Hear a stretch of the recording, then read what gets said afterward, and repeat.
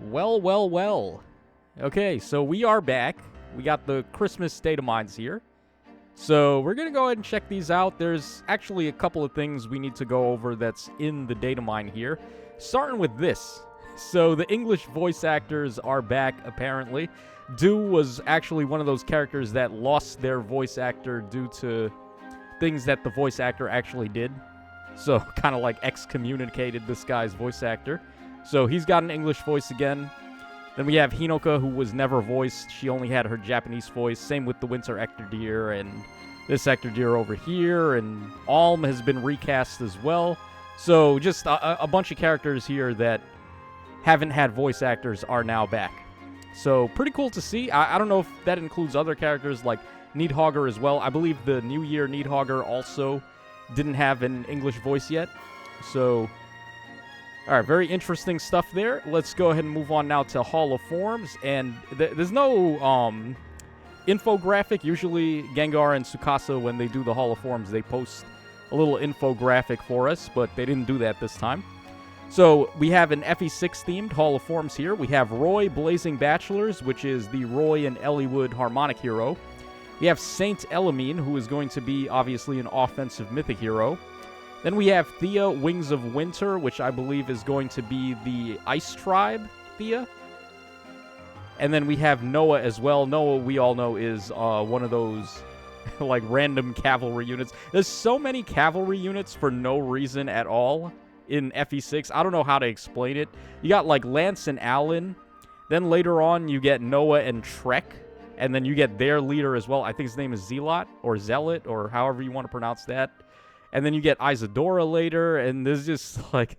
there's a lot of cavalry units for some reason in FE6. I'm not really too sure why. You could equate that to being the cavalry game, though. Because I do remember Paladins having a little bit better stat caps in FE6 than they do in normal Fire Emblem games. So... yeah, not really too much to say about this. Saint Elamine is interesting, of course, being an offensive mythic hero. That's just a free merge. If you're running her as one of your options and you've got a lot of merges, that's just another possible merge for you, along with, obviously, very good skills. I would say she's probably the primary choice to go for in here, but I don't know. I'll do a video later talking about builds for these Hall of Forms units. Okay, let's go ahead and take a look at these stats now for the brand new winter characters, and... I think that's a little bit smaller there. All right, so there we go. All right, starting things off, of course, with the lovely big sisters over there. I don't know why, but, like, big sister characters are always my favorite archetype. Like Mercedes from Three Houses as well. She's one of them. So, Flurry Embrace Ivy and Camilla. Red Tome Flyer, of course. Stat line is 39 HP. We got 49 attack with a super boon. 34 speed, 19 defense, and 48 res. They nullify adaptive damage, which I like. For some reason, when I watched the trailer, my mind completely blanked out on the fact that all dragons have adaptive damage, and that's obviously why they nullify that. Because they have a good res stat, and if dragons were targeting their defense, that would be bad. So we want dragons to target their really good res instead, and... they seem like a pretty interesting unit. They're like a combination of Ivy units and Baby Camilla, where they get a lot of movement shenanigans, they get warping, they can set up Divine Vein Haze with their dual button, which is better than doing it at the start of turn like Baby Camilla, because Baby Camilla's haze tiles are going to proc at the same time as other tiles would, like the Corrin Ring or Hector, Attuned Hector, or like all those other characters that have start of turn tiles. So being able to go afterwards means that you're going to have terrain advantage. So their terrain effect is actually pretty good. It's just going to be a one and done, though, because it's on a duo skill. And that's really all there is to say about them. Their DPS seems a little bit less than Baby Camilla because they have this weird ramping true damage effect where every attack they do is giving them a further +5 points of true damage. And Baby Camilla just has, like, unmitigated true damage right from her very first hit. So I'm not too sure how that's going to play up in favor for Ivy.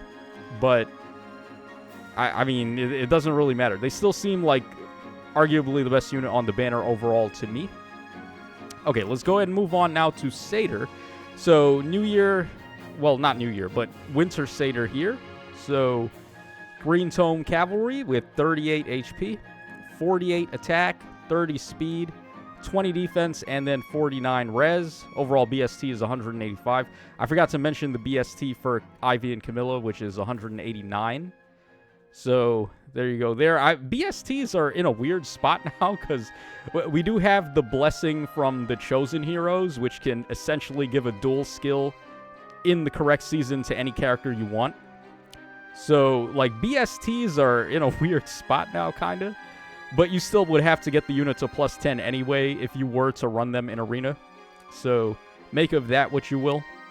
But anyway, this Seidr over here, she is doing the typical Seidr things where she can end the enemy's action if she lines up in cardinal directions and has better res.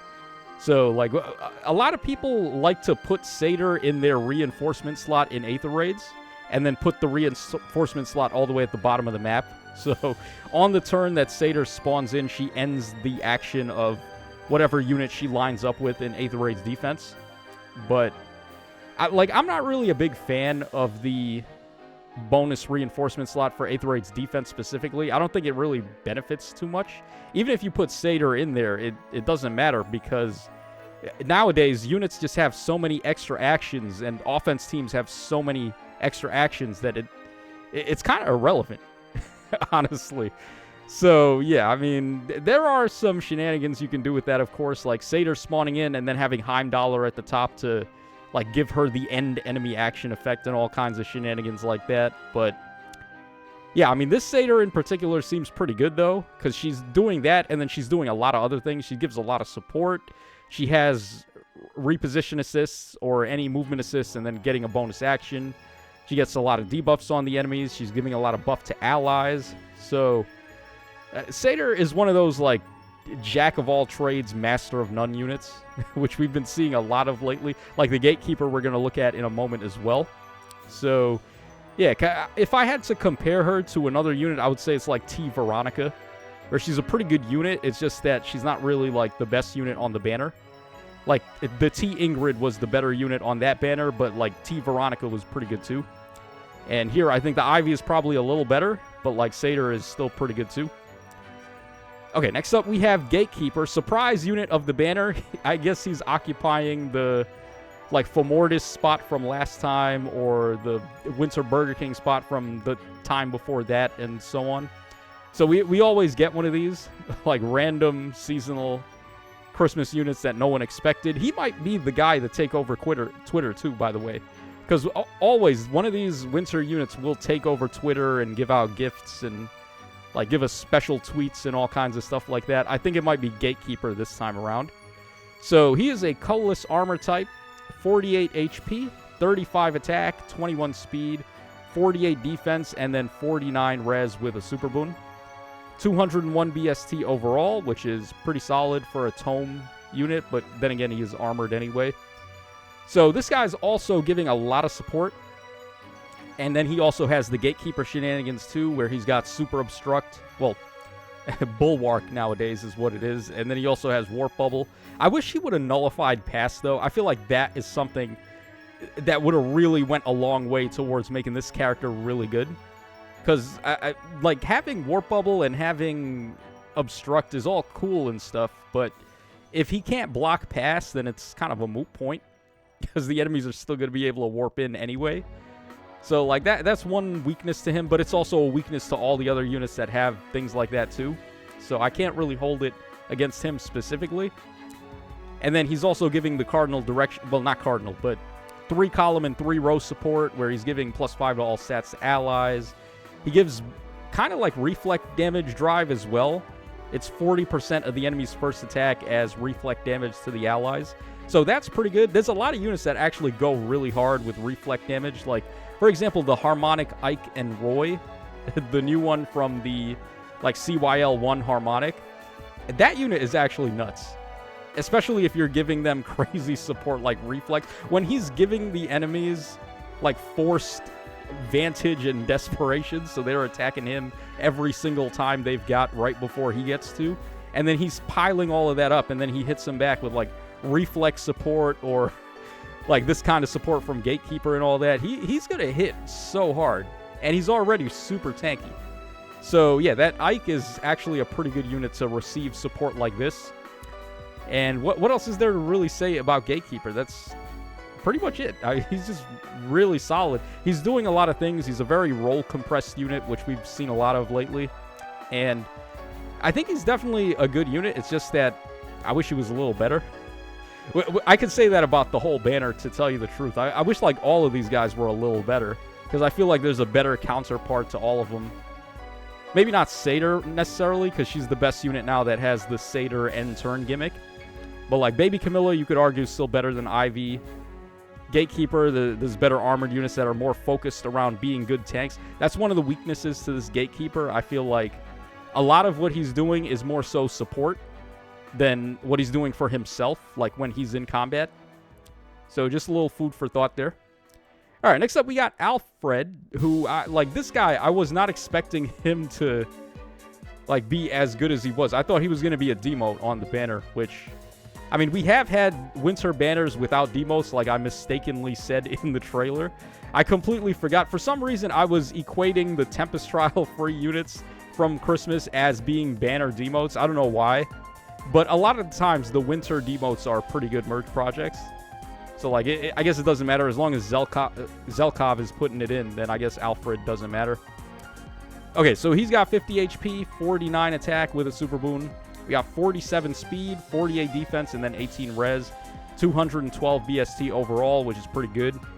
So, like, this guy, he's trying to go for speed, which, like, right now, I'm not too sure if I'm happy about speedy armor types. He doesn't nullify adaptive damage, unfortunately, I don't think. I believe it was just Seidr and Ivy that were nullifying adaptive damage. I don't think this guy did that. And it would have been really good if he did, because then you could just focus solely on his defense and not worry about res, and then run him as a near save or a physical save, and he'd be perfectly fine there.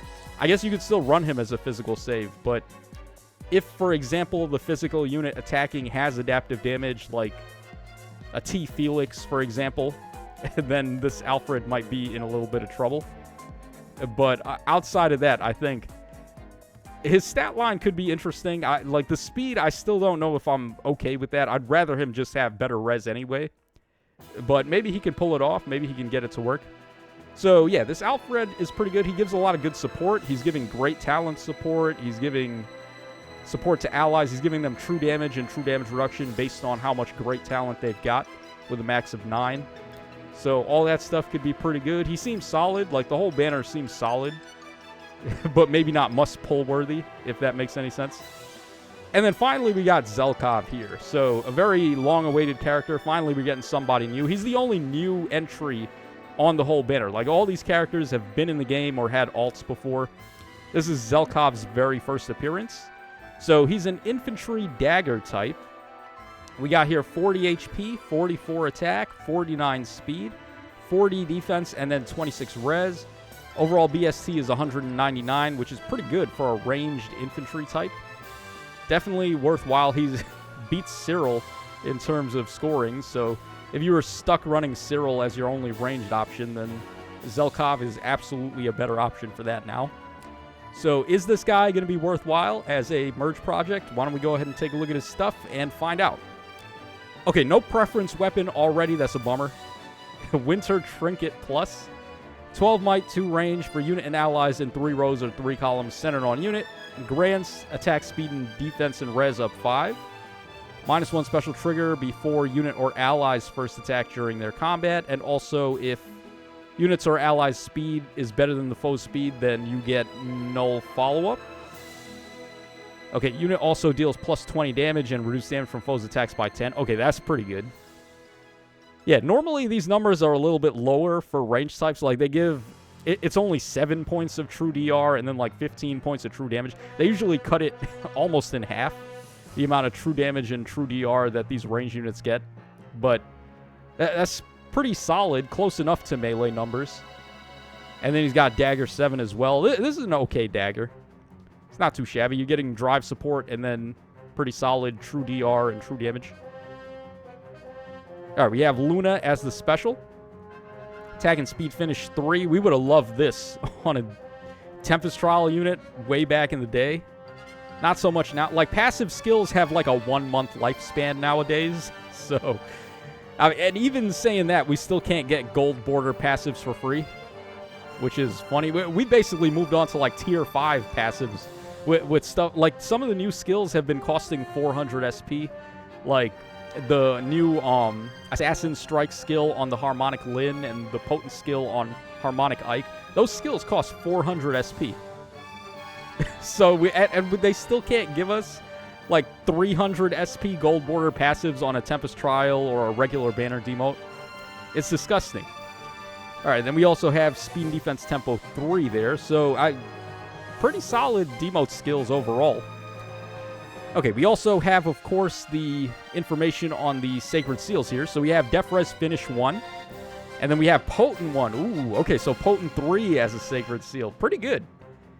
Now, there are a lot of ways to get Potent nowadays, but getting it on a Sacred Seal hasn't been an option yet. So that could certainly be a pretty helpful Sacred Seal. Alright, not too bad there. Usually Winter does give us a pretty good Sacred Seal, right?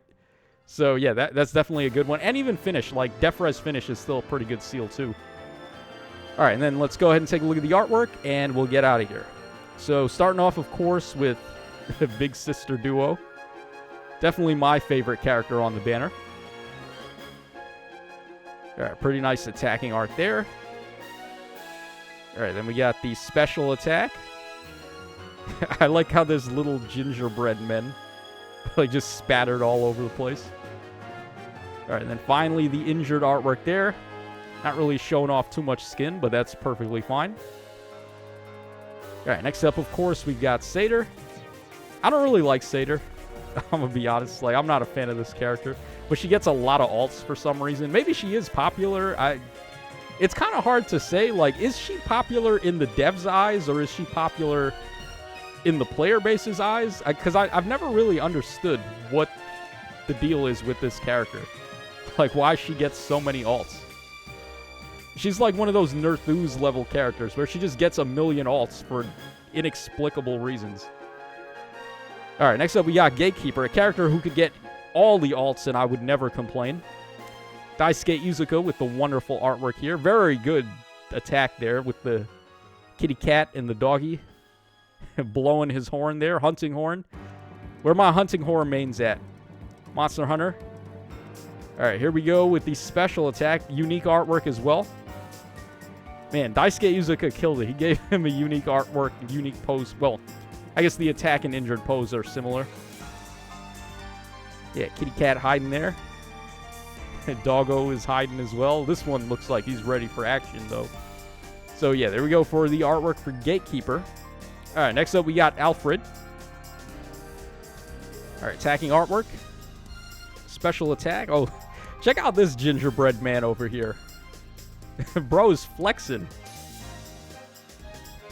Alright, then we got the injured artwork there for Alfred. And then finally Zelkov. So, pretty good free-to-play artwork. Definitely worthy of Zelkov's first appearance in Fae.